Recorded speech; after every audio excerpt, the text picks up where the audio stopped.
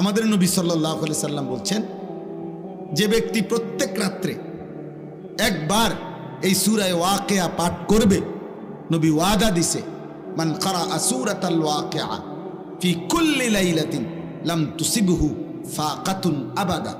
নবীজি বলছে, সূরা ওয়াকিয়া যে প্রত্যেক দিন রাতে পড়বে, আল্লাহর নবী বলছে তাকে কখনোই দারিদ্রতা, অভাব স্পর্শ করবে না।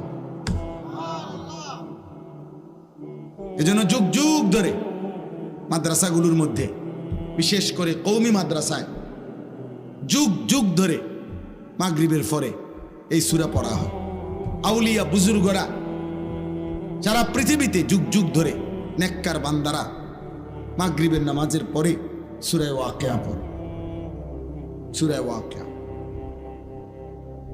আল্লাহ নবী সাল্লাল্লাহু আলাইহি ওয়াসাল্লাম বলছেন তাকে অভাবে স্পর্শ করবে।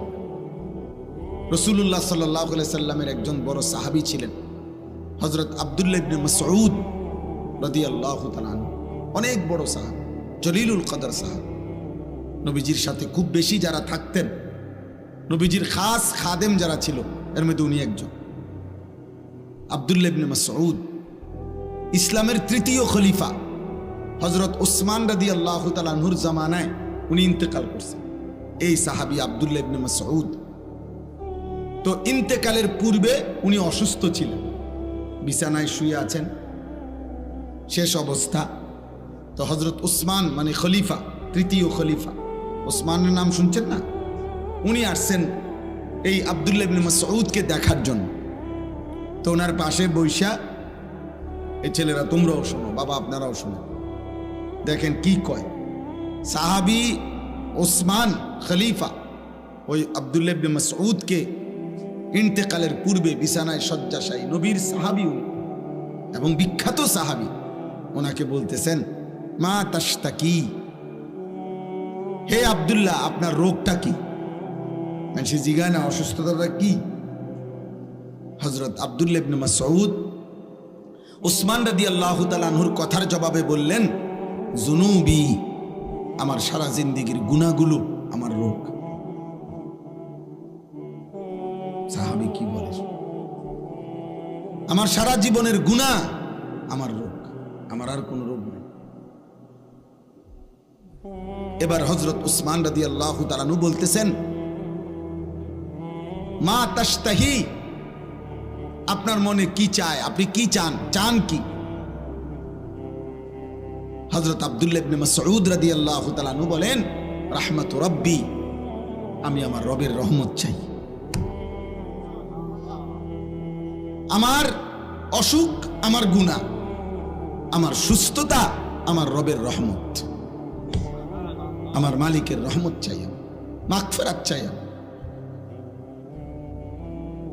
এরপরে হযরত উসমান রাদিয়াল্লাহু তাআলা আনহু বললেন, হাল আদউ লাকা তাবিবান, হযরত আব্দুল্লাহ ইবনে মাসউদকে বলেন, আমি কি আপনার জন্য একজন ডাক্তার ডাকবো?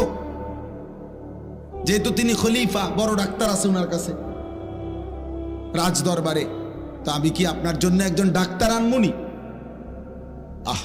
সাহাবী কি কয় শুনুন, আত-তাবিবু কাদ আমরাদানি, হে উসমান, ডাক্তার সবই তো আমারে অসুস্থ বানাইছে,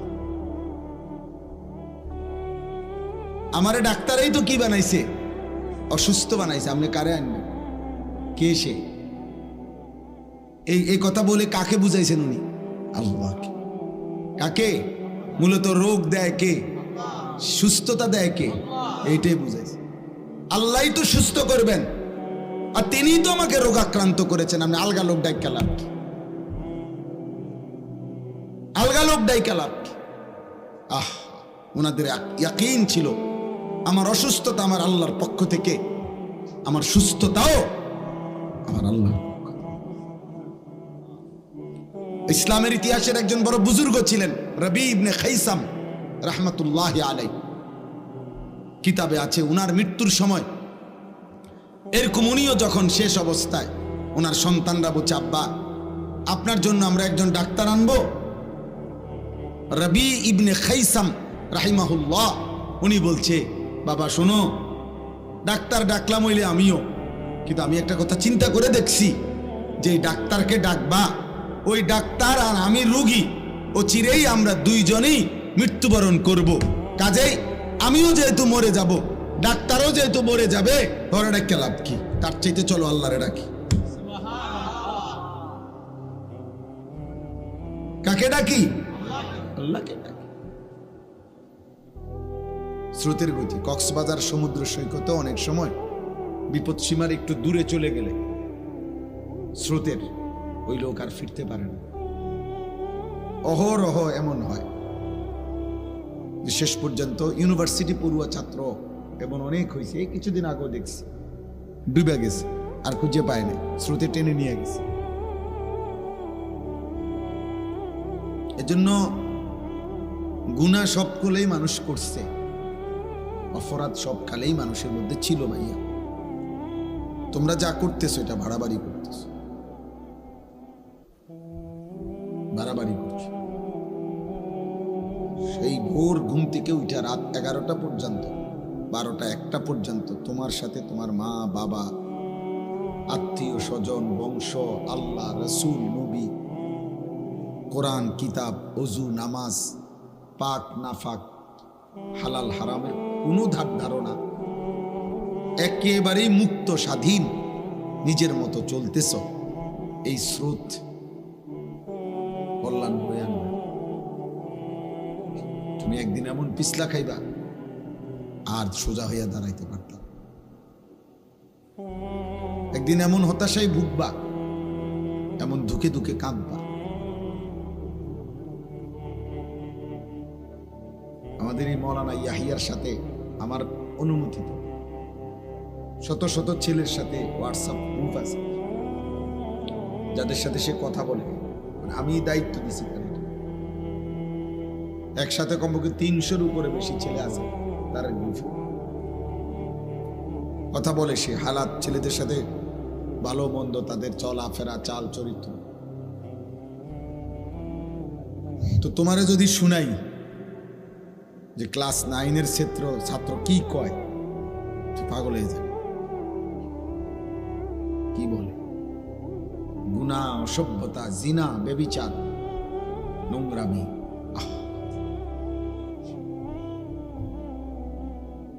এজন্য তোমার কাছে তো ভাইয়া বলবে না, তোমার সমবয়সী হয়তো তোমার সাথেই চলে ফিরে, কিন্তু তার যে জীবন সব শেষ, যৌবন সব শেষ,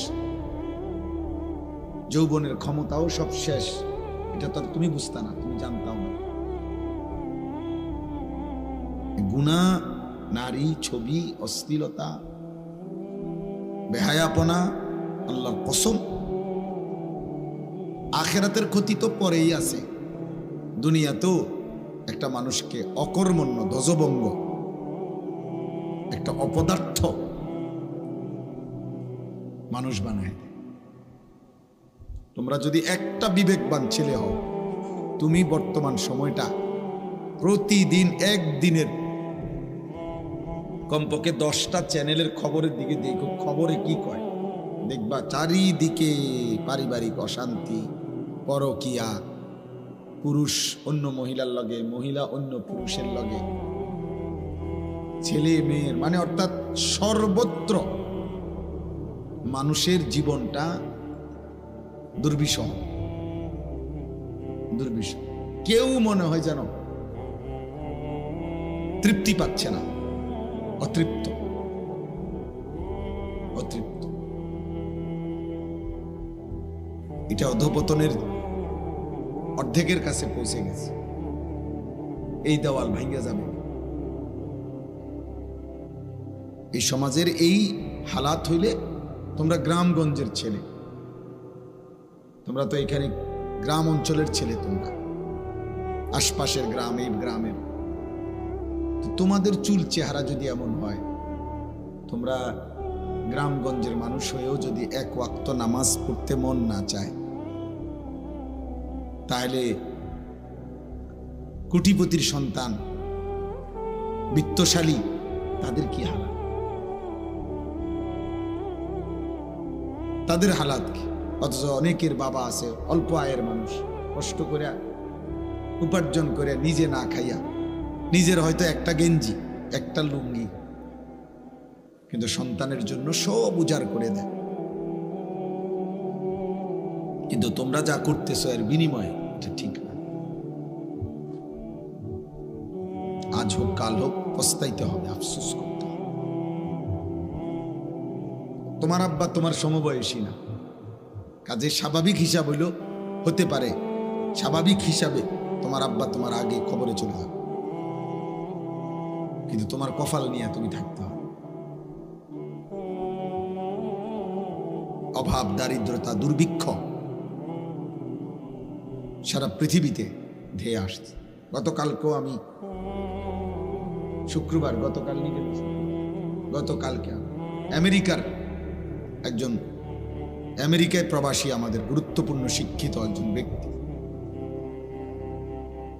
ওনার সাথে কথা বলছি। এই মুহূর্তে এক ভরি স্বর্ণের দাম 2,09,000 টাকা। ব্যাপারটা কি? হ্যাঁ, ব্যাপারটা কি? আশ্চর্য রকম, মানে এক ভরি স্বর্ণের দাম 2,09,000 টাকা।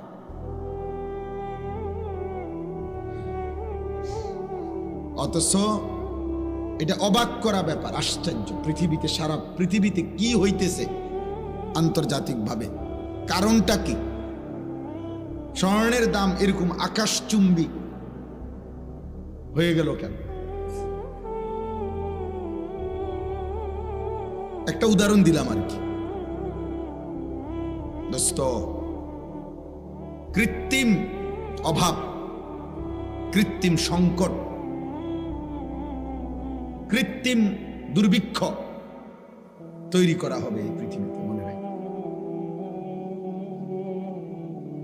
হ্যাঁ, উনি আরো অনেক তথ্য দিছে যেগুলা এমনি স্বাভাবিক সবার সামনে বলার মতো।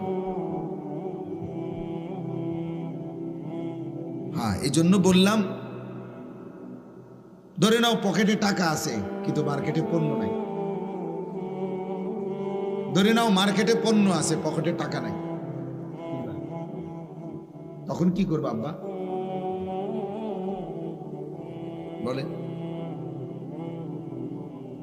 একজন উচ্চ পদস্থ ব্যক্তি, আমার মুসল্লি, উনি আমার শুনাইছেন, হুজুর আপনি এখন কথা বলেন। ওনার একজন লোক, বাংলাদেশের কুমিল্লা ছাতিপট্টির বড় জুয়েলার্সের মালিক, স্বর্ণ ব্যবসা, উনি বলতেছে খুচরা কাস্টমার নাই বললেই চলে। কে কিনবে 2,09,000 খুচরা কাস্টমার নাই, অর্থাৎ একটা শ্রেণী ভিক্ষুক হয়ে যাবে হয়তো এরা। আর যারা এগুলারে মজুদ করে লাইতেছে তারা কৃত্রিম ভাবে পৃথিবীতে অনেক বড় সংকট তৈরি করবে। এটা একটা বললাম, এরকম অসংখ্য বিষয়। এজন্য দোস্ত, আমি এখানে অর্থনীতি বুঝাইতে আসিনি বা পণ্ডিতি কথা বুঝাইতে আসিনি। আমার উদ্দেশ্য হলো আমরা যেভাবে আমাদের আল্লাহর সাথে সম্পর্ক ছিন্ন করতেছি, আল্লাহকে যে পরিমাণ নারাজ করতেছি আমরা, আমাদের উপরে বড় সড় মুসিবত আসবে, বড় সড়।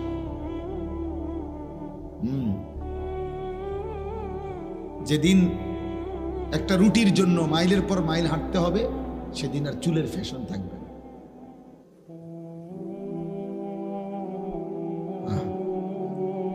বাংলা ভাষায় একটা কবিতা ছিল আগে, অনেক আগে, দুর্ভিক্ষের সময়, যে ভাত দে নয়তো মানচিত্র গিলে খাবো। অভাবের তাড়নায় কবি বলছিল যে ভাত দে নয়তো কি মানচিত্র, মানে পুরা দেশ গিলে খাবো। এটা, এই ছবিটা তো আছে এখনো, আমরা তো ছোটবেলায় পড়ছি। 1974 সালের দুর্ভিক্ষে কুকুরে এবং মানুষে একই ডাস্টবিন থেকে পচা লাশ আর পচা খাবার তুলে খাইছে। শিল্পাচার্য জয়নুল আবেদিনের মনে আছে এই ছবি? আমরা ছোটবেলায় স্কুলে পড়ছি না, প্রাইমারি স্কুলে, আমিও তো পড়ছি। 74-এর মনন্তর, 74-এর দুর্ভিক্ষ, এই কয়দিন আগে। 74 সাল তো এই মুহূর্তে, এখনো 50 বছর হয় বা একবার মুখোমুখি 51 বছর। এজন্য বাবা আমি বললাম, প্রিয় ভাই, এত অসভ্যতা, এত চরিত্রহীনতা একজন সুস্থ স্বাভাবিক মুসলমান করতে পারে। তোমাদের চেহারা দেখলেই বোঝা যায় বাপ, সারা দিনে মোবাইল ছাড়া, নারী ছাড়া, ছবি ছাড়া, উলঙ্গপনা ছাড়া আর যে কোনো কাজ নাই তোমাদের হাতে, এটা চেহারা দেখলেই বোঝা যায়। তোমাদের অসংখ্য ছেলের চেহারা দেখতেই বোঝা যায় গত 6 মাসে না, গত 2-4 বছরে কোনোদিন 5 ওয়াক্ত প্রতিদিন নামাজ পড়ছো কিনা তার কোনো চিহ্ন তোমাদের চেহারায় নেই। কি খবর বাপ, এত নষ্ট হয়ে গেল? কে তোমাদেরকে বলে দিল যে আর কোনো বিপদ হবে না? এত নিরাপত্তা পেয়ে গেলা কেমন? তোমার আব্বা বিদেশ, এই জন্য না? তোমার আব্বা বিদেশ মনে করছো এই জন্য না? মানে বিদেশের উপরে কোনো মুসিবত আইবে না, কথা বলে না? ইউরোপের উপরে কোনো মুসিবত আসতে পারে না, মধ্যপ্রাচ্যের উপরে কোনো মুসিবত আসতে পারে না। ফিলিস্তিন আরব না? 3 তা আরবের অংশ। 52 বৎসর যে জুলুমের শিকার ছিল তা আরব। ইয়ামানের মধ্যে, আরব দেশ ইয়ামান, লক্ষ লক্ষ মানুষ ভিখারি ক্যাম্পে থাকে, শরণার্থী শিবিরে। এজন্য প্রিয় ভাই, আমি আমার কথা শুরু করতে চাচ্ছি, কিন্তু আমি দেখলাম তোমাকে চেহারা দেখে, মোবাইলের স্টাইল দেখে বুঝছি তোমরা মানে খুব রঙের সাগরে ভাসতেছ। তোমাদের যে কোনো দিমাগ আছে বোঝা যায় না। তোমাদের মার কষ্ট, বাবার কষ্ট, উপার্জনের কষ্ট, একটা একটা টাকা রোজগার করার যে কি কষ্ট তোমরা বুঝতেছ না। তোমরা মনে করছো তোমার আব্বা মনে একটা মেশিনের নাম, বাপ মানে একটা মেশিন যেটা টিপ দিলে টাকা বাইর। না বাপ, বরঞ্চ আমি বলছিও সেদিন, আমি এক জায়গায় দাঁড়ায় দাঁড়ায় দেখছি একজন লোক সিমেন্টের বস্তা ট্রাকের থেকে গোডাউনে নিয়ে ফেলাইতেছে, যে তার মাথার চুল থেকে পায়ের নখ পর্যন্ত ঘামে, আমার কাছে মনে হয় যেন বেচারা পানির ছুটে, এই পরিমাণ ঘাম তার শরীরটার মধ্যে। আমি অনেকক্ষণ দাঁড়ায় দাঁড়ায় দেখছি। 1 বস্তা সিমেন্টের জন্য তাকে এই কোমরটা কমপক্ষে মনে করেন এখান থেকে ওইখানে 5টা মিনিট উপরে গিয়ে থাকতে হয়, এরপরে গিয়ে গোডাউনে ফালায়। 1 বস্তা সিমেন্ট, 50 কেজি সিমেন্ট। এই সিমেন্টের বস্তাটার জন্য এই লোকটার পিঠটা বাঁকা হয়ে যায়।